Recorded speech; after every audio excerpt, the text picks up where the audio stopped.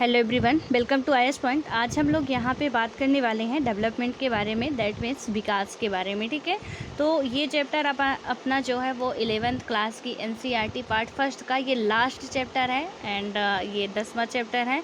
और यहाँ पे अब हम पूरा सब कुछ पढ़ने के बाद क्या कैसे होता है इस चैप्टर में हमने मतलब जो 11th क्लास की एनसीईआरटी का पार्ट फर्स्ट है, तो पहले ही आपको बताया कि प्री के पॉइंट ऑफ व्यू से ये बहुत ही कम इम्पॉर्टेंट है, लेकिन मेंस के पॉइंट ऑफ व्यू से ये बहुत इम्पॉर्टेंट है। ठीक है, तो इसमें आज हम लोग देखेंगे कि ये आपका जो विकास है, विकास परिचय, उसके बारे में पूरा डिटेल से समझेंगे।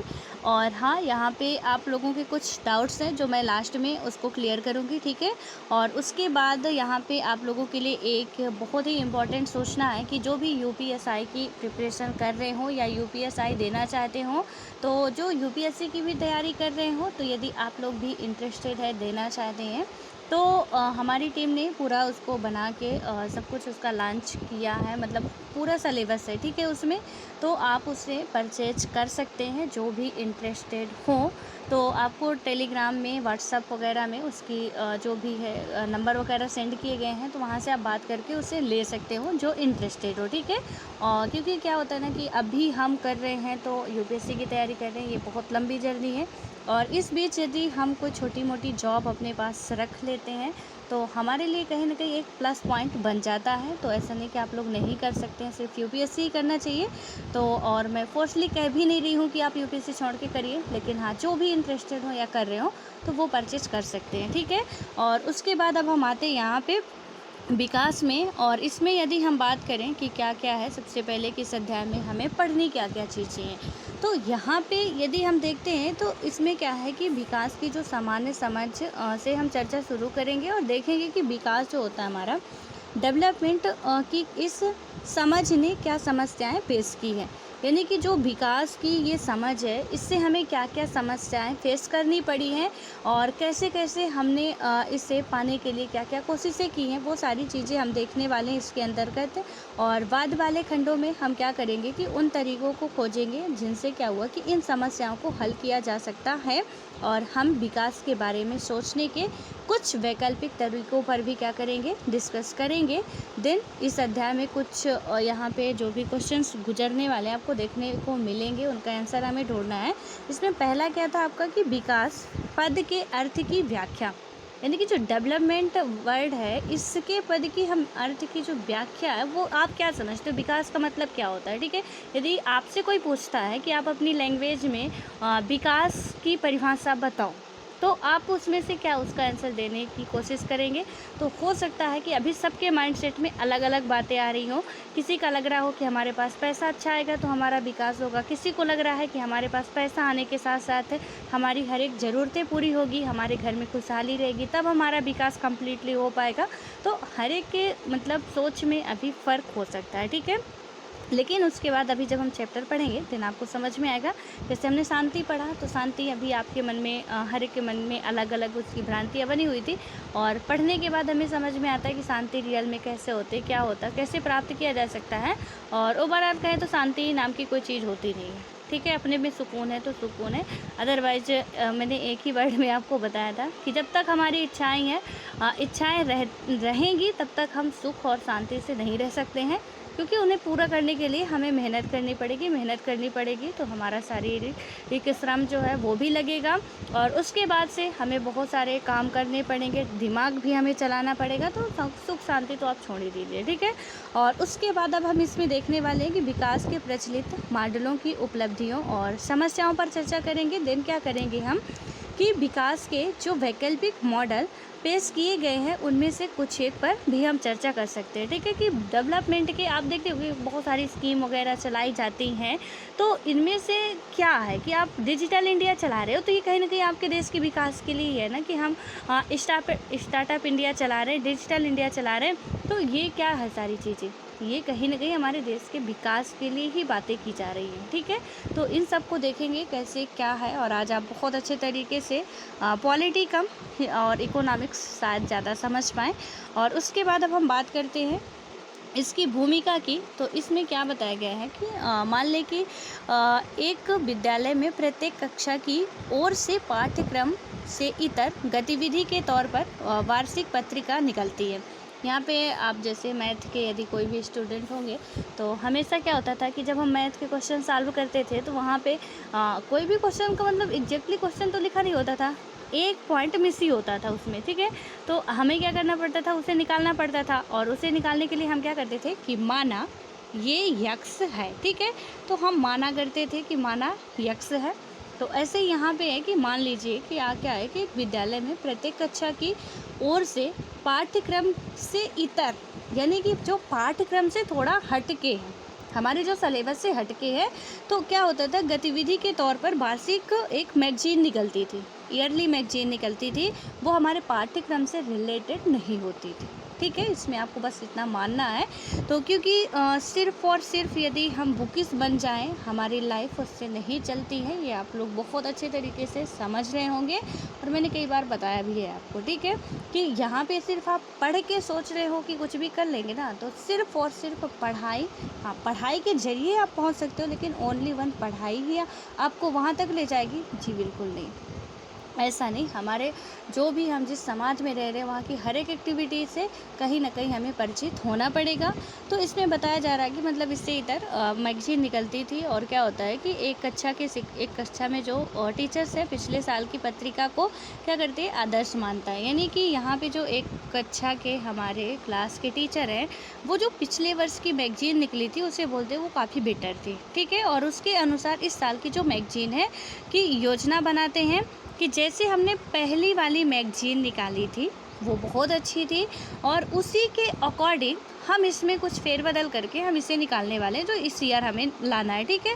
क्या होता है कि इसमें कौन से विषय, आलेख, कविता आदि होने चाहिए, वो सारी चीज़ की योजना बनाते हैं, और उसके बाद वह विषयों का विभाजन कर विभिन्न छात्रों में लिखने के लिए विषय और जिम्मेवारियाँ को क्या करते हैं, बंटवारा करते हैं। यानी कि वो क्या करते हैं, स्टूडेंट के द्वारा ही सारी चीज़ें लिखी जाती थी। आप योजना मैगजीन पढ़ते होंगे, तो योजना मैगजीन में आपने देखा होगा कि अभी जो जनवरी की योजना मैगजीन आती है वो @75 करके आया था।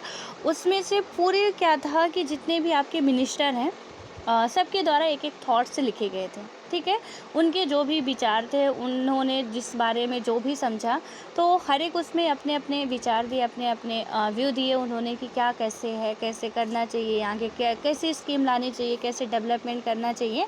तो ये गवर्नमेंट मैगजीन होती है। और यहाँ पे यदि आप ऐसा कुछ सोच रहे हैं कि बहुत बड़े राइटर लिखते होंगे एकदम से, मतलब जो इसके माने जाने बुद्धिशाली होते होंगे वो लिखते होंगे, तो ऐसा नहीं। तो वहाँ पे मतलब ऐसे ही था कि जो भी उस वहाँ स्कूल में मैगजीन निकलती थी, तो उसमें भी मतलब बच्चों के द्वारा ही ये सारी चीज़ें, एक एक पॉइंट आपको दे दिया जाएगा कि आपको इस बारे में लिखना, ठीक है। तो सपोज मान के चलिए कि आपके इसमें महिला सशक्तिकरण से लेके कोई भी आपके उसमें टॉपिक नहीं है, आपको टॉपिक मिल गए कि आपको इससे लिखना, आपके सिलेबस में नहीं है, तो आप ऐसे एक्सक्यूज़ नहीं दे सकते कि हमने तो कभी पढ़ा ही नहीं है, ऐसा क्या लिख सकते हैं। हम समाज में रह रहे हैं ना, हम बहुत सी चीज़ें ऐसी देख रहे हैं जो हम बिल्कुल भी आंख बंद करके लिख सकते हैं। यदि सच में उसे अपने दिल से महसूस करें तो बहुत अच्छे तरीके से हम एक्सप्लेन करके लिख सकते हैं। ऐसा वैसा नहीं कि थोड़ा बहुत लिख लेंगे, बहुत बिल तरीके से लिखेंगे। एंड हम ये भी देखते हैं कि यहाँ पे यदि ये समस्याएं क्रिएट हो रही हैं तो इसका सल्यूशन क्या हो सकता है, ये भी देने की हमें कोशिश करनी होगी, ठीक है। तो वो लोग क्या करते हैं, अपनी उनको जिम्मेदारियां दे देते हैं। बस एक कहानी के तौर में समझिए, क्योंकि इस कहानी के इर्द गिर्द ही पूरा चैप्टर घूमने वाला है, तो इसे अच्छे तरीके से समझे रहिएगा। दिन क्या होता है कि ऐसे में यह भी संभव है कि क्रिकेट के में रुचि रखने वाली छात्रा को कोई अन्य विषय मिल जाए और जिसे क्रिकेट का जिम्मा दिया जाए, वह वास्तव में नाटक लिखने को उत्सुक हो। यानी कि अब यहाँ पे क्या हुआ कि किसी को क्रिकेट में इंटरेस्टेड है, कोई बहुत अच्छे तरीके से क्रिकेट के बारे में यदि आप उससे बोलो कि आप लिख दो तो बहुत अच्छे तरीके से एक्सप्लेन कर देगी। लेकिन हमने बोल दिया किसी और के, जैसे मैंने बताया कि एक साइंस के स्टूडेंट से आप महिला सशक्तिकरण के बारे में लिखवा रहे हो, तो कहीं ना कहीं थोड़ा सा वो उससे हट के टॉपिक हो गया कि अभी तक तो हमने ना तो हिस्ट्री पढ़ी थी, ना पॉलिटी पढ़ी थी, ना इकोनॉमिक्स पढ़ी थी यार, हमने तो अभी फिजिक्स केमिस्ट्री मैथ ही पढ़ी थी, और ये कहाँ से आ गया, हमने तो कभी ऐसा देखा नहीं था, सोशल मुद्दा तो हमारे सामने कभी आता ही नहीं था, अब हम इसमें क्या लिख दें। तो इसमें कुछ ऐसी सिचुएशन जब आ जाती है तो यहाँ पे यही बताया गया है कि जैसे कोई क्रिकेट में रुचि ले रही है छात्रा जो स्टूडेंट है, तो इसमें क्या होता है कि यहाँ पे उसे मिल जाए तो मतलब क्रिकेट का जिम्मा दिया जाए और वह वास्तव में नाटक लिखने को उत्सुक हो।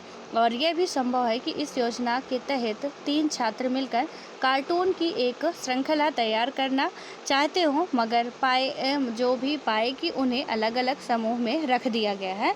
तो इसमें ये भी संभव हो सकता है कि मान लीजिए कि हम 3 लोग क्या हैं, फ्रेंड हैं, ठीक है, हम आप एक और किसी को शामिल कर लेते हैं।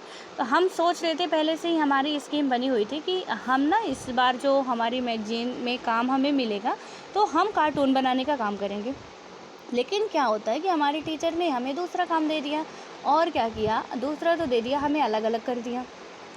तो हम क्या हुए कि आपका अलग काम हो गया, अलग टीम में रख दिया गया, हमें अलग टीम में, और जो तीसरे थे उन्हें अलग टीम में रख दिया गया। तो इससे भी कहीं ना कहीं अब लेकिन करना तो सबको पड़ेगा। अभी सीधे हमने पहले ही देखा कि पाठ्यक्रम से इतर ज़रूरी नहीं कि आप जो चाहते हैं आपको वो मिले।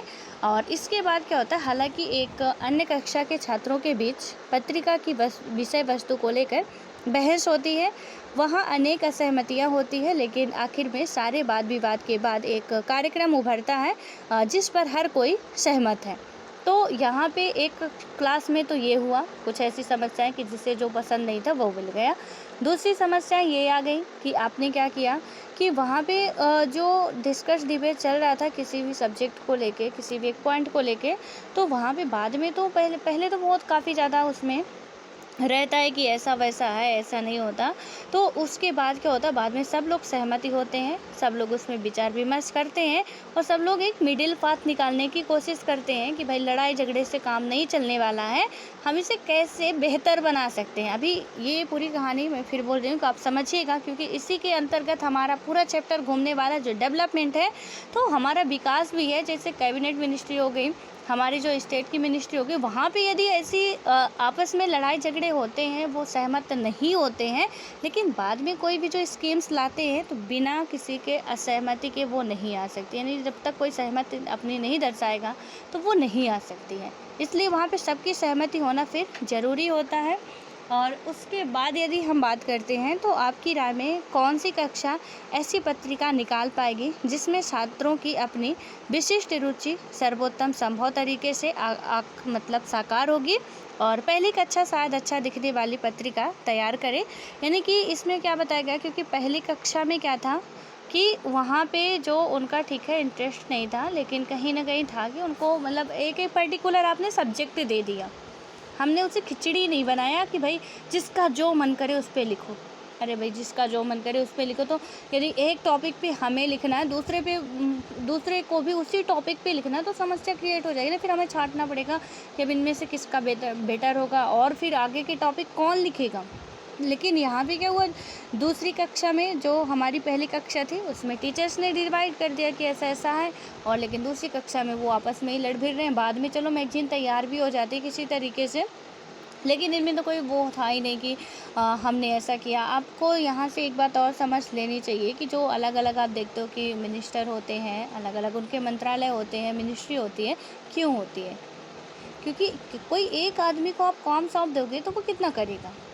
अभी आपने एक अभी बिल्कुल हाल फिलहाल का है कि कुछ जो आपके ट्रिब्यूनल थे उन्हें बंद कर दिया गया है, ठीक है। उन्हें बताया गया कि जो उनके केस वगैरह आते थे तो ये क्या करेंगे, अब जो हाई कोर्ट है तो हाई कोर्ट इसका देखेगा। अरे यार, हाई कोर्ट तो पहले से हाई कोर्ट में इतने सारे केस पेंडिंग पड़े, उसका तो वो निकाल नहीं रहा है, और ऊपर से हाई कोर्ट का और काम बढ़ गया है। तो थोड़ा इसके बारे में भी आप लोगों को पढ़ लेना है कि ये जो ट्रिब्यूनल है बंद किए गए हैं, इनमें क्या क्या बातें हैं, कैसे कैसे कौन कौन से ट्रिब्यूनल जो है बंद किए गए हैं, और किस अकॉर्डिंग ये मतलब इनके क्या आपसे कभी भी पूछ लिया जा सकता है क्वेश्चन के उससे, या तो आपको इंटरव्यू वगैरह में भी कि ऐसा मतलब करने से क्या नुकसान हुआ, क्या फ़ायदा हुआ, दोनों ही पॉइंट ऑफ व्यू हमें देखने होंगे। और क्या मतलब इससे कि ज़्यादा उसमें बर्डन आपने बढ़ा दिया हाई कोर्ट पे, या कहीं ना कहीं बेरोज़गारी की समस्या भी हम देख सकते हैं। 10 ट्रिब्यूनल आप बंद कर रहे हो, 8 ट्रिब्यूनल बंद कर रहे हो, तो वहाँ के जो मेंबर रहते थे वो अब कहाँ जाएंगे, वो तो रोड पे आ गए ना, उनकी तो आपने जॉब छीन ली, मुँह कर जो क्या कहते हैं ना, मुँह से निवाला छीन लिया आपने, ये सारे बंद हो गए। अब वो जितने भी जॉब पे लगे थे तो वो उनका अब तो आने वाले समय में उस टाइप की तो जॉब रह नहीं जाएगी। ठीक है, आप इनके लिए कुछ भी कर दोगे, लेकिन आने वाले टाइम में तो उतने रोज़गार आपने घटा दिए। तो कुछ इस तरीके से उसके कुछ प्रॉफिट्स भी हैं, आप उसे भी देख सकते हैं, तो उसे आप पढ़ लीजिएगा। और यहाँ पे क्या होता है कि अब इसमें जो बताया गया है, फिर आते हैं अपने चैप्टर में। तो इसमें डेवलपमेंट है कि मतलब आपने मतलब यदि हम सोचें कि दोनों में से कौन बेहतर कर सकता है, तो इसमें ये है कि साथ पहले वाले अच्छा मतलब कोशिश कर सकते हैं। और पर क्या आपकी विषय वस्तु रोचक होगी? क्या जो व्यक्ति क्रिकेट पर लिखना चाहता था उतने ही उत्साह के साथ दिए गए विषय पर लिख पाएगा? यानी कि जो व्यक्ति अब क्रिकेट में लिखना चाह रही थी, जो लड़की, हमने दूसरा टॉपिक दे दिया, तो क्या उतने ही इंटरेस्ट के साथ वो लिख पाएगी या नहीं?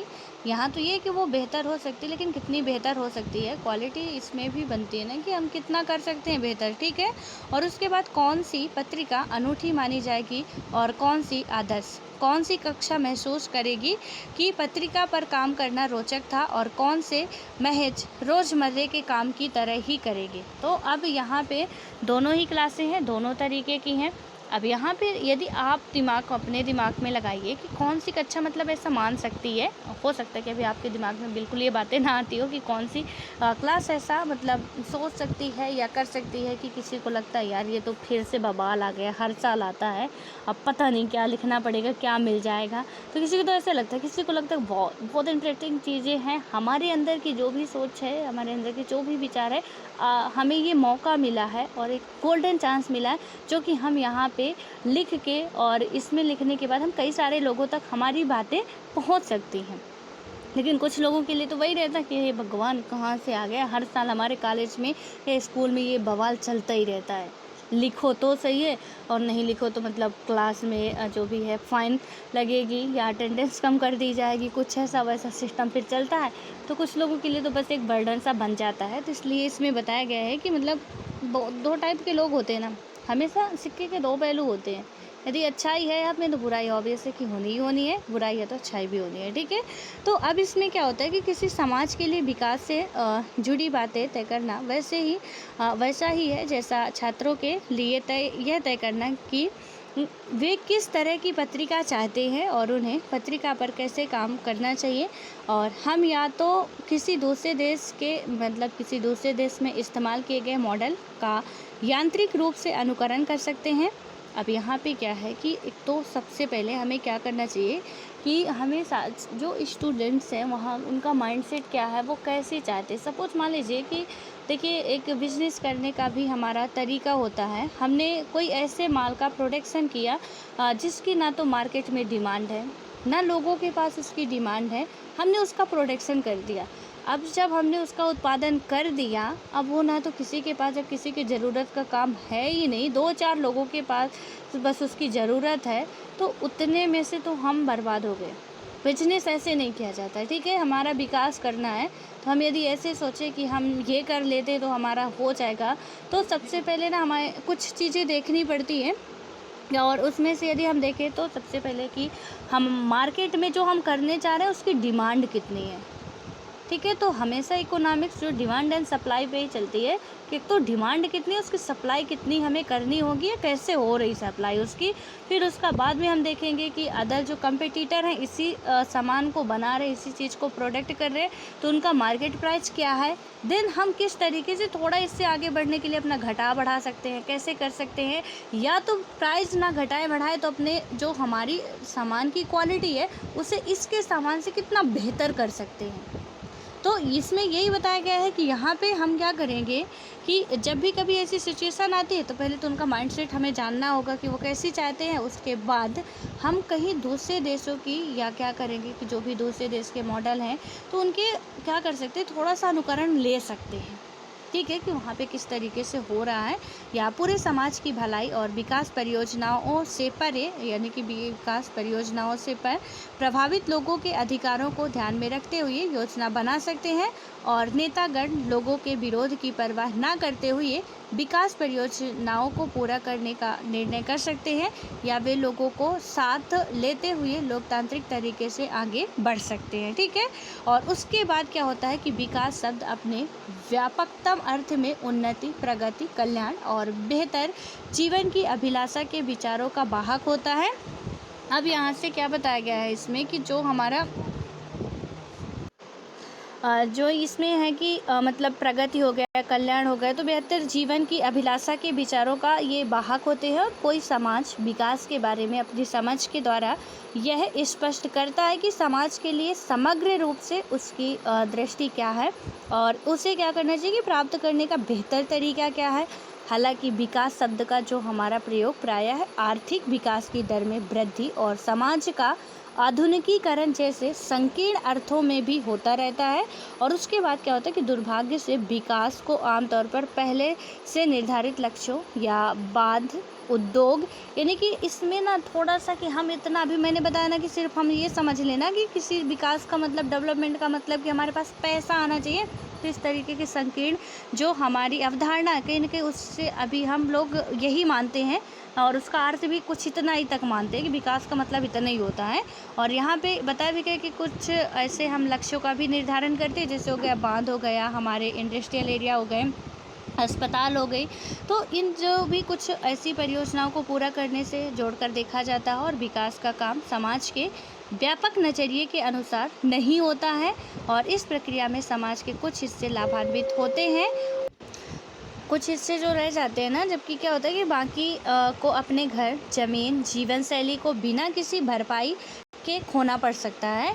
तो अब इसमें ना हमने क्या किया कि हमने बस उद्योग का मतलब हम समझते क्या कि आप कोई भी सरकार आके हमारा डेवलपमेंट कर रही है तो क्या कर रही है, इंडस्ट्रियल एरिया लगा रही या उसको लगाने के लिए प्रोत्साहित कर रही है, या जो स्टार्टअप इंडिया वगैरह योजनाएं आई थी कुछ इसी के लिए आई थी, ठीक है। और उसके बाद आप क्या कर रहे हो कि बांध बना रहे हो, सड़क बना रहे हो, हम इससे कह रहे हैं कि हर एक का विकास हो रहा है। बिल्कुल सही है, विकास हो रहा, लेकिन यहाँ पे हमने क्या किया कि इसमें कुछ की ज़मीन जा रही है, कुछ की जीवन शैली को हम बहुत अच्छे तरीके से, अच्छे खासे तरीके से नुकसान कर रहे हैं। क्योंकि यदि हमारी रोड इधर से निकलनी है तो रोड का ट्रैक हम इधर नहीं कर सकते, वो इधर ही जाएगी। अब इधर भी रामू की ज़मीन फंस रही है, श्यामू की ज़मीन फंस रही है, रमेश की ज़मीन फंस रही है, डजेंट मैटर। अब यहाँ पे मेरी बातों से ना एक मतलब आप और समझ सकते हैं, मैंने अभी 3 नाम लिए, तीनों ही जेंट्स के नाम थे, ठीक है। तो हमारे इंडिया में ना वुमेन के लिए पैतृक संपत्ति पे कोई अधिकार वगैरह जैसी कुछ चीज़ नहीं होती, ज़मीन वगैरह में उनका नाम नहीं होता है। ज़मीन आपके नाम ही होती है, यानी कि हमारे पापा के नाम होती है, ज़मीन बब्बा के नाम होती है, यानी कि पितृ प्रधान देश है। यहाँ पे ज़मीन वगैरह जो घर है, ज़मीन है, वो क्या होती है, हमारे पिता के नाम होती है, ठीक है। माताओं के नाम पे सिर्फ होता है कि वो बस यहाँ पे है, अच्छे तरीके से काम धंधा करें और सबकी ख्याल रखें, इतना ही है उनके पास, कोई अधिकार वगैरह ज़्यादा कुछ खास होते नहीं। हालांकि ऐसा अब नहीं है हमारी सरकार के द्वारा। हमारी, अभी मेरी बातों को समझिएगा कि ऐसा अब नहीं है हमारी सरकार के द्वारा, हमारे जो जुडिशियल है उनके द्वारा नहीं है। क्यों? क्योंकि वहाँ पे बहुत सारे प्रावधान लाए गए हैं। 2005 में आपने देखा था कि एक आता है कि वहाँ पे महिलाओं को भी पैतृक संपत्ति में बराबर का हकदारी माना जाएगा, यानी बेटियों को भी अपने पिता की संपत्ति में हिस्सा लेने का अधिकार है। लेकिन आज भी ये हमारे कानून तक ही लिमिटेड है, आज भी वही चल रहा है जो पहले चल रहा था। और आपको मेरी बातें झूठ लगे तो आप घर पे पूछिए। और इतनी आशा करती हूँ कि इतनी छोटी छोटी बातें तो पता होती ही होगी कि आपकी जो ज़मीन है, और ज़मीन का हमने पढ़ा भी था ना, जो खसरा होता है उसकी खतौनी होती, वो सारी चीज़ें जब आप देखोगे तो आपके पापा लोगों के नाम पे बनी होती है। पापा के बाद जब पापा नहीं रह जाते तो मम्मी का नाम आता है। लेकिन पहले हम क्या करते हैं, हमसे कोई पूछता है कि आप किसके बेटे हो, हम नहीं बताते हैं अपनी मम्मी का नाम कभी भी, हमेशा हम पापा का नाम बोलते हैं।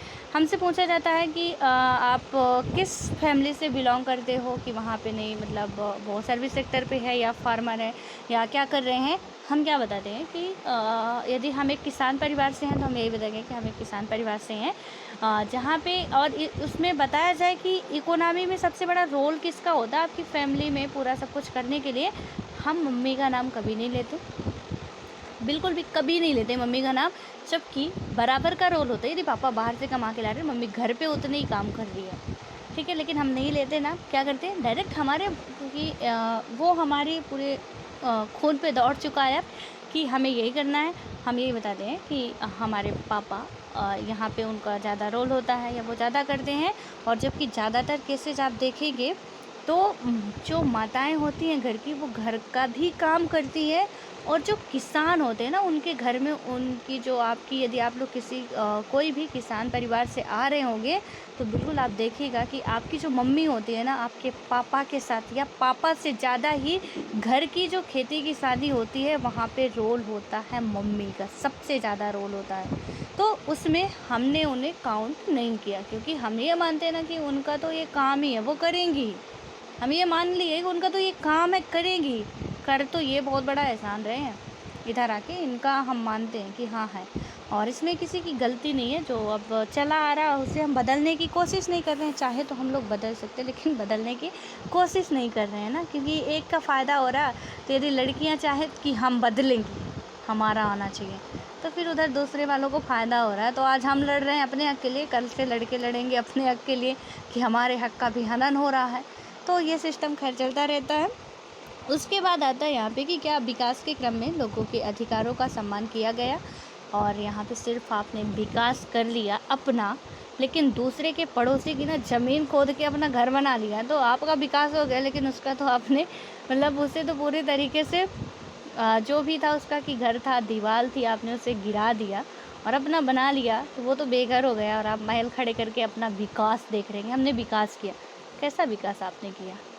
किसी मतलब का विकास नहीं है आपका। कि तो इसमें यही बताया गया कि जब हमारी गवर्नमेंट या सरकार या कोई भी जो विकास करती है, तो उसमें से ये नहीं होता कि हम ये देखें कि हमने दूसरों के अधिकार का कितना सम्मान किया। हमने उसका घर की दीवार गिरा दी, हमारी ज़मीन से सटी हुई थी, ठीक है, हम बात करके भी समस्या का समाधान कर सकते थे कि भाई हमारी ज़मीन यहाँ से है, तो इतनी में आप दीवार बनाए हो, या तो इतने का हमारा पैसा दे दो, या तो कहीं पे हमें ज़मीन दो, या कुछ भी करो कि नहीं बन रहा, ठीक है, तो ऐसा करके मतलब उसका नुकसान ना हो, हम उसका प्यार से सम्मान से उसका कर सकते हैं कि ना तो हमारा नुकसान हो ना उसका हो। ठीक है कि उसने बनवा लिया, तो वैसा तो नहीं कि हम उतने ज़मीन के बिना रह नहीं पाएंगे।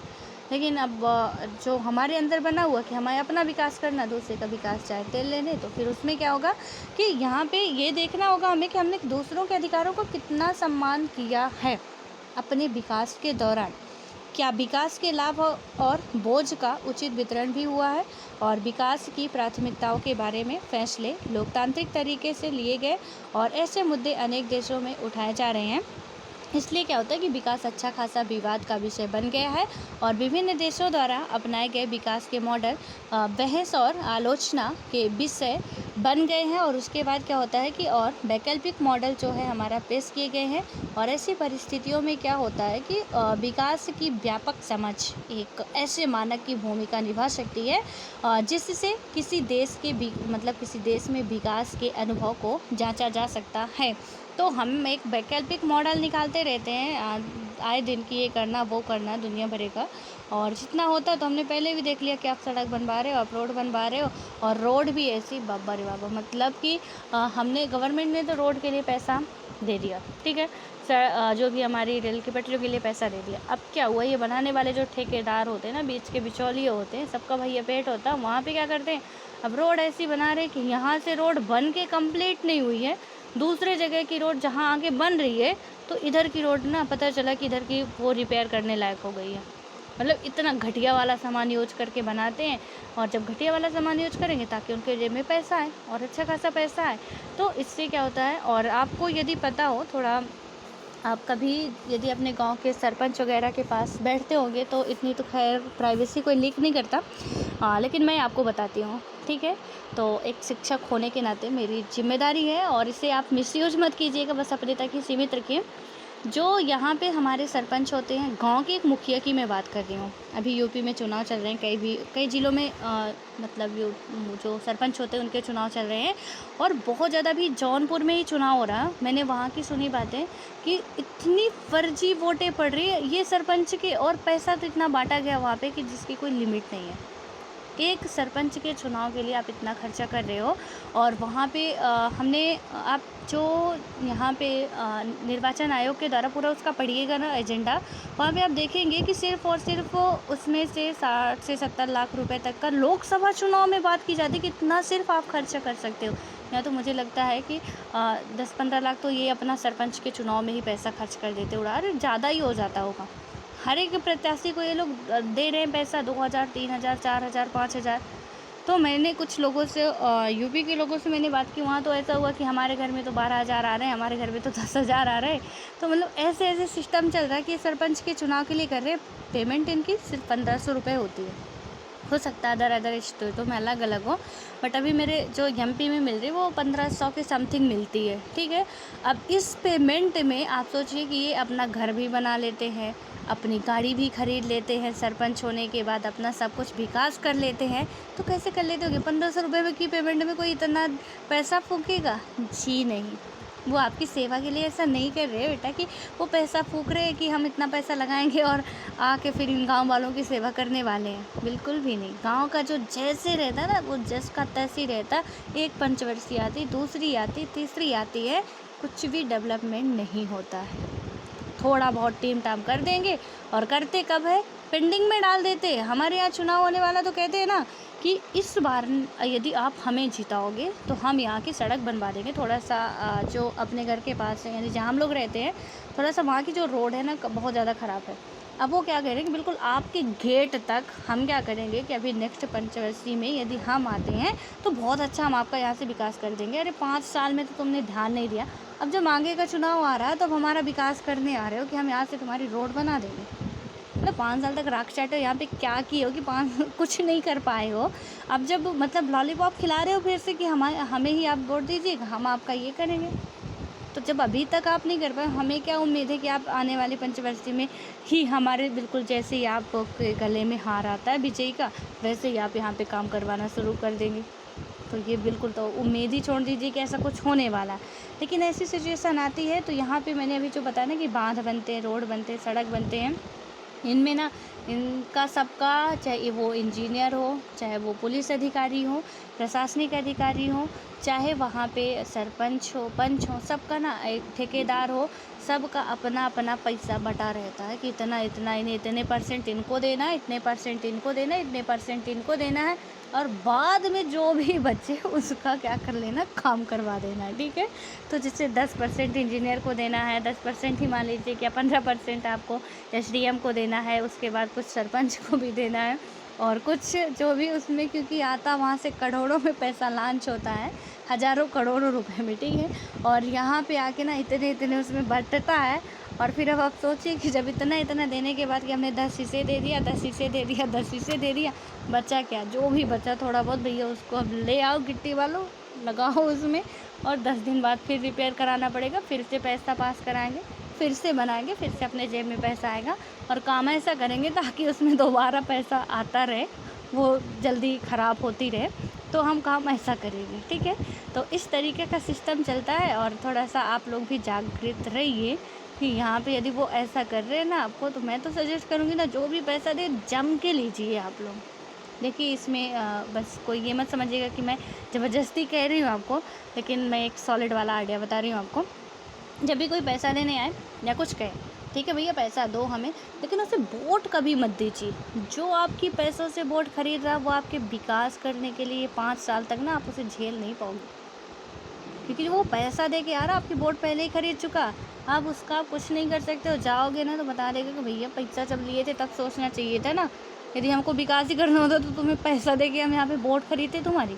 तो जो भी पैसा देना लेना बिंदास है, कोई दिक्कत नहीं, भैया दे रहे हो दो, जितना तुम्हारे पैसा है ना दो, हम लेंगे, लेकिन वोट उसे नहीं देना किसी भी हालत में। आप लोग भी एडल्ट हो गए हैं, 18 ईयर हो सकता है कि पूरे हो गए हों, हो सकता है कि कुछ लोग वोटर आईडी में नाम भी आ गया हो, कुछ मतदाता भी हो। तो ये तो मेरी बात याद रखिएगा कि जो भी ऐसा करे उसे तो बिल्कुल नहीं चुनना, चाहे कुछ भी हो जाए फिर, क्योंकि यदि उसमें इतनी अच्छाई होती तो वो हमें पैसा दे के हमारी वोट नहीं खरीद रहा होता। काबिलियत उसकी पहले से हमें दिखती कि इस बंदे में कुछ दम है और ये आगे कुछ कर सकता है, लेकिन ऐसा कुछ है नहीं, क्योंकि वो हमें पैसे दे के खरीद रहा, पैसे दे के खरीद रहा है, तो वो आगे तो आपका कुछ होने वाला नहीं, उसी का विकास होने वाला। थोड़ा अलर्ट रहिएगा, आप लोग एजुकेटेड पर्सन है। और हाँ, यहाँ पे ऐसा मत कहिएगा कि मैडम ने ऐसा बताया था तो हम अब तो जम के पैसा लेंगे। सही बात नहीं है, लेकिन अब क्या करें, इनका पैसा बढ़ा हुआ है तो अब करोगे ही क्या, ठीक है। और यहाँ पे ये अब जो विकास की चुनौती है इसको हम नेक्स्ट वीडियो में बात करेंगे। थोड़ा सा यहाँ पे मुझे डाउट्स लेने आपके। गोपाल का डाउट जो था कि क्यूरेटिव पिटीशन क्या होता है, ठीक है, ये बहुत अच्छा क्वेश्चन है। एंड यहाँ पे आप लोगों ने सुना होगा, ज़्यादा तो ये केसेस नहीं सुनने को मिलते, बहुत ही रेयर है। ये मृत्युदंड जब लोगों को मिलती है, ठीक है, तो वहाँ पे ऐसी कुछ, उसमें से पहले क्या था कि 2 ही याचिकाएँ थी। थोड़ा मैं इसका डिटेल से समझाती हूँ आपको, ध्यान से सुनिएगा। कुछ 2-4 पॉइंट्स जो भी है इसको लिख लीजिएगा, वो भी बेटर है। कि सबसे पहले कि ये तो हमारा जो दोषी होते हैं ना, उनका एक लास्ट रास्ता होता है, ये बस लास्ट आखिरी वाला होता है। और कि यहाँ पे आप क्या कर सकते हो, राष्ट्रपति या चीफ जस्टिस के पास गुहार लगा सकते हो। और इसमें क्या होता है क्यूरेटिव पिटीशन में कि जैसे सुप्रीम कोर्ट ने फैसला सुना दिया, ठीक है, लेकिन यहाँ पे जो दोषी है ना, उसे लग रहा है कि अभी कुछ तथ्यों पे जज के द्वारा ध्यान नहीं दिया गया, कुछ तथ्यों पे, अभी मैं एग्जांपल भी आपको दे रही हूँ। तो उसमें वो क्या करेगा कि जब उसे ऐसा लगेगा कि सुप्रीम कोर्ट ने कुछ तथ्यों को छोड़ दिया है जो कि हमें हमारे बचाव के लिए काम आ सकते थे, तो वो क्या करेगा, पहले क्या था कि इसमें जब मृत्यु दंड की सज़ा सुप्रीम कोर्ट के द्वारा सुनाई जाती थी तो 2 ऑप्शन होते थे। वो कौन कौन से ऑप्शन होते थे आपके, आप इसे लिख लीजिएगा, ठीक है, जो मैं अभी बता रही हूँ पूरा आप लिख लीजिएगा। कि पहले हमारे 2 ऑप्शन होते थे, या तो हम दया याचिका डाल सकते थे, और या तो रिव्यू पिटीशन, यानी कि जो पुनर्विचार के लिए हम याचिका दायर कर सकते थे, ठीक है। लेकिन क्या हुआ, इन दोनों रास्तों में क्या होता है कि दया याचिका जो होती है वो आर्टिकल 72 के तहत क्वेश्चन इनसे बनते हैं, आप लोग लिख लीजिएगा, बहुत अच्छा क्वेश्चन है, ठीक है। तो जो दया याचिका हमारी होती है, हम क्या करते हैं, उसे राष्ट्रपति के पास जो दोषी होता है, तो आपने राष्ट्रपति के बारे में पढ़ा होगा कि राष्ट्रपति को मृत्युदंड की सज़ा माफ़ करने की अनुमति होती है, ठीक है, उनके पास इतना पावर होता है कि वो मृत्युदंड की सज़ा को कम कर सकते हैं या माफ़ कर सकते हैं। तो ये दया याचिका उनसे कि उनके पास आप जा सकते हो। रिव्यू पिटीशन जो था कि जो भी जज वहाँ के क्या कर रहे हैं, फैसला सुना रहे हैं, तो उन्हीं के पास फिर से आप कहो कि ये पुनर्विचार करें इसमें, तो वहीं पे वो न्यायालय में ही आप उसके लिए डाल सकते हो। तो जो दया याचिका आपका है, तो वो क्या आपका आर्टिकल 72 के तहत है, और जो आपका पुनर्विचार वाला है उसमें दोनों में ही याद रखिएगा कि पुनर्विचार वाले में आपको क्या है कि भाई सुप्रीम कोर्ट के जजों के पास ही फिर से आप कहोगे कि उसमें याचिका दायर करोगे कि हमारी इस सुनवाई को पुनर्विचार के लिए रखा जाए, ठीक है। और ये इसके बाद क्या होता है कि 2 रास्ते में अब क्या होता है, एक बार केस आता है 2002 का ये मामला था। यहाँ पे क्या हुआ था, रूपा अशोक हुरा बनाम अशोक हुरा नामक केस आता है, ठीक है। उसमें क्या होता है, जब वो क्या कहते हैं, मतलब उन्होंने ये कहा कि जब रिव्यू पिटीशन हो गया, और रिव्यू पिटीशन के बाद क्या हुआ कि मामले की सुनवाई के दौरान जो भी ये हुआ था, और उनका मानना था कि अब इसके आगे हम कहाँ जाएं, हम इससे भी संतुष्ट नहीं हैं, तो अब हम क्या करें। तो उसके बाद क्या किया गया था, आपका क्यूरेटिव पिटीशन लाया गया था, यानी कि क्यूरेटिव याचिका लाई गई थी। और यहाँ पे सुप्रीम कोर्ट ने क्या कहा था, और इसकी कुछ शर्तें रखी गई थी कि जो जैसे आप क्यूरेटिव पिटीशन डाल रहे हो, तो वहाँ पे सबसे पहले तो आपको ये बताना होगा कि आप जो भी एक सॉलिड वाला आपके पास रीज़न होना चाहिए कि हमने सुप्रीम कोर्ट के फैसले की चुनौती दे रहे हैं, तो इसका क्या रीज़न है, ठीक है। उसके बाद क्या होना चाहिए कि जो भी वहाँ के सीनियर एडवोकेट होते हैं, तो उनके द्वारा हमारा ये क्यूरेटिव पिटीशन सर्टिफाइड होना चाहिए। और 3 जो हमारे मोस्ट जज होते हैं, ठीक है, तथा जो फैसला सुनाने वाला जज होता है, उनके पास भी ये भेजा जाना बहुत इम्पॉर्टेंट होता है। तो इन तीनों ही बातों को लिख लीजिएगा कि क्यूरेटिव पिटीशन जो है उसमें डालने के नियम क्या क्या होते हैं। तो पहला तो हो गया कि किस आधार पे आप सुप्रीम कोर्ट के फैसले को चुनौती दे रहे हैं, आरोपी को ये साबित करना होगा कि किस आधार पे दे रहा, और आधार वही होने चाहिए जिनकी अभी तक सुनवाई या ध्यान ना दिया गया हो, लेकिन जिन पे अभी बात हो चुकी हो उन पे आधार आप नहीं दे सकते हो। देन नेक्स्ट आएगा आपका कि जो भी हमारे सीनियर एडवोकेट होते हैं या वकील होते हैं, उनके द्वारा ये सर्टिफाइड होना चाहिए जो आपकी याचिका होगी। और उसके बाद 3 मोस्ट जज होते हैं, तथा जो फैसला सुनाने वाला जज होता है, उनके पास ये जो क्यूरेटिव पिटीशन होता है भेजना इम्पॉर्टेंट होता है। और फिर उनके बाद वो जो भी जिसकी मेजॉरिटी ज़्यादा होगी, जिस तरीके से फैसला लेंगे, तो फिर वो आखिरी फैसला होता है। क्यूरेटिव पिटीशन के बाद आप कोई भी पिटीशन नहीं डाल सकते हो। और ये मृत्यु दंड के बारे में है, ये बात ध्यान रखिएगा कि मृत्यु दंड के ही बारे में मैं आपको बता रही हूँ कि जब दी जाती है मृत्यु दंड की सज़ा, तो उसमें बात की जाती है। तो मैंने क्या क्या बताया आपका, रिव्यू पिटीशन, तो सबसे पहले तो दया याचिका, फिर उसके बाद रिव्यू पिटीशन। तो पहले बस दया याचिका थी, बाद में रिव्यू पिटीशन को जोड़ा गया और उसके बाद अब क्यूरिटी पिटीशन को जोड़ा गया है। और क्यूरिटी पिटीशन किस मामले में जोड़ा गया था, तो रूपा अशोक खुरा मामले में जोड़ा गया था। ठीक है, ये भी बातें आपको ध्यान रखनी है। और ये जो रूपा अशोक खुरा मामला था वो 2002 में आया था। देन उसके बाद थोड़ा सा इसमें कुछ और बातें हैं जो हमारी क्यूरिटी पिटीशन याचिका, यहाँ पे मैं एग्जांपल दूँ आपका, तो निर्भया केस है। निर्भया केस 2012 की घटना, 2012 में ये घटना होती है। देखिए कितना मतलब हमारा जो जस्टिस है वो कितना आगे चल रहा है। ठीक है, 2012 की घटना 2020 में उससे जाके क्या होता है, सज़ा होती है। उनमें से एक को तो छोड़ दिया जाता है कि वो नाबालिग था, एक उसमें होता है कि उस वहाँ पे एक तो खुद ही आत्महत्या कर लेता। कई सारे उसमें आरोपी थे और वहाँ पे 4 आरोपियों को फिर फांसी की सज़ा दी जाती है, जिनमें से एक को क्या किया जाता है कि 3 साल के लिए अभी उसमें भेज दिया गया है सुधार गृह में। ठीक है, कि ऐसा भी जेल में होता है कि वो पहले जो नाबालिग था अब बालिग हुआ जाके, तो कहीं ना कहीं उसके लिए कि अभी वो सुधार गृह में भेजा जाए तो हो सकता है कि वो सुधार उसमें आ सकता है जो गलतियाँ की थी। क्योंकि हर एक गलती की माफ़ी होती है, लेकिन कुछ कभी कभी ऐसी गलतियाँ घिनौनी वाली कर जाते हैं ना कि माफ़ करने का तो खैर बिल्कुल चांस ही नहीं होता है। तो इसमें से और जो क्यूरिटी पिटीशन डाली गई थी, तो मैं तो कहूँगी कि वकील, उस वकील को कि जो उन लड़कों के उसमें लड़ रहा था पक्ष में, कि उससे धन है कानून के सारे पैतरे आते थे। मानना पड़ेगा कि एक भी पैतरा उस वकील ने नहीं छोड़ा है, एक भी पैतरे को उन्होंने नहीं छोड़ा। लास्ट आपका होता क्यूरिटी पिटीशन डाला, वो भी 9 जनवरी के समथिंग डाला गया था और 14 जनवरी को उनको फांसी दी गई थी। ठीक है, तो आपने टीवी वगैरह में देखी होगी, अभी 2020 में ही उनको फांसी दी गई। तो वहाँ पे वो लास्ट आपने देखा कि दया याचिका खारिज होती है, रिव्यू पिटीशन खारिज होता है, देन वो क्या करते, क्यूरिटी पिटीशन भी डालते हैं और वहाँ से वो भी खारिज होने के बाद उनको फांसी फाइनली दी ही जाती है। तो 4 में से मुझे शायद स्किप हो रहा थोड़ा सा, लेकिन शायद 3 लोगों को ही फांसी दी गई थी, उसमें सुबह दी गई थी और फांसी हमेशा सुबह ही दी जाती है। तो इनमें से क्या हुआ कि जब वो उन्होंने क्यूरिटी पिटीशन डाला था तो उन्होंने यार वो क्या दिया था तथ्य, अभी हमने देखा ना कि एक सॉलिड वाला उन्हें रीज़न बताना होगा। तो उन्होंने क्या बताया कि अभी हम 19 साल के हैं। सुप्रीम कोर्ट ने इसमें ध्यान नहीं दिया कि अभी 19 साल का ये बंदा है, इसे हम फांसी की सज़ा दे रहे हैं। दूसरा उसने क्या कहा कि हमारे घर में माता पिता बीमार हैं, हमारा जेल में आचरण अच्छा था, तो उस पर भी इन्होंने ध्यान नहीं दिया है। ठीक है ना, उसने ये सॉलिड वाले रीज़न दिए कि ऐसा ऐसा है, फिर भी इन्होंने ध्यान नहीं दिया है। इन्होंने कहीं न कहीं हमारे उसका अतिक्रमण किया अधिकारों को। तो ठीक है, आप इस आधार पे क्यूरिटी पिटीशन डाल सकते हो, लेकिन जब आप कर रहे थे ये घिनौना काम, तब तो आप तो बहुत छोटे रहे होंगे। 2012 का केस है, आज आप 19 साल के हो, मतलब तब तो उस टाइम और छोटे रहे होंगे। तब तो आपका बिल्कुल भी मतलब तब नहीं समझ में आया कि हम छोटे हैं। आज जब जान बचाने की नौबत आ रही तो हमें लग रहा है कि हम छोटे हैं। तो यहाँ पे तो खैर मुझे तो लगता है कि माफ़ नहीं करना चाहिए, लेकिन अपना कानून है और कहीं ना कहीं एक हिसाब से होना भी चाहिए कि यदि कोई सुधरने के चांसेस हों तो हमें सुधरने का मौका देना चाहिए। आपको पता है कि हमारे इंडिया में बहुत कम फांसी दी जाती है, बहुत कम ही फांसी दी जाती है, सज़ा सुनाई जाती है फांसी की। तो यदि ऐसा हो रहा है तो फिर उसमें से और बहुत ही घिनौने काम, और ये केसेस जो थे ना बहुत घिनौने काम थे कि एक लड़की को इतनी बेरहमी से आप मार रहे हो, इतनी बेरहमी से उसका मतलब सब कुछ तार तार कर रहे हो, तब आप छोटे नहीं थे। आज जब आप पे जान भी बनाई तो सारे पैतरे अपनाए जा रहे हैं।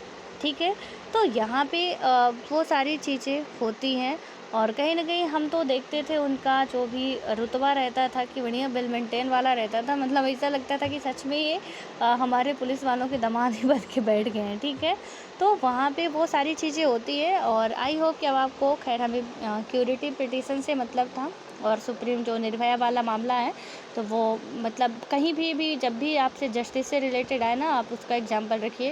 इसमें कोई इशू नहीं है। अभी एक महिला को भी इसमें फांसी की सज़ा और इंडिया में ऐसा है कि पहली बार दी जाने वाली है, तो उससे भी आप मतलब यहाँ पे भी अभी तो मैंने उसका हाल फिलहाल की करंट देखा नहीं है कि क्या है, उसने भी कुछ याचिका वगैरह दायर की या नहीं, लेकिन ऐसा होता है कि मृत्यु दंड में ही, और ये तीनों ही याद रखिएगा।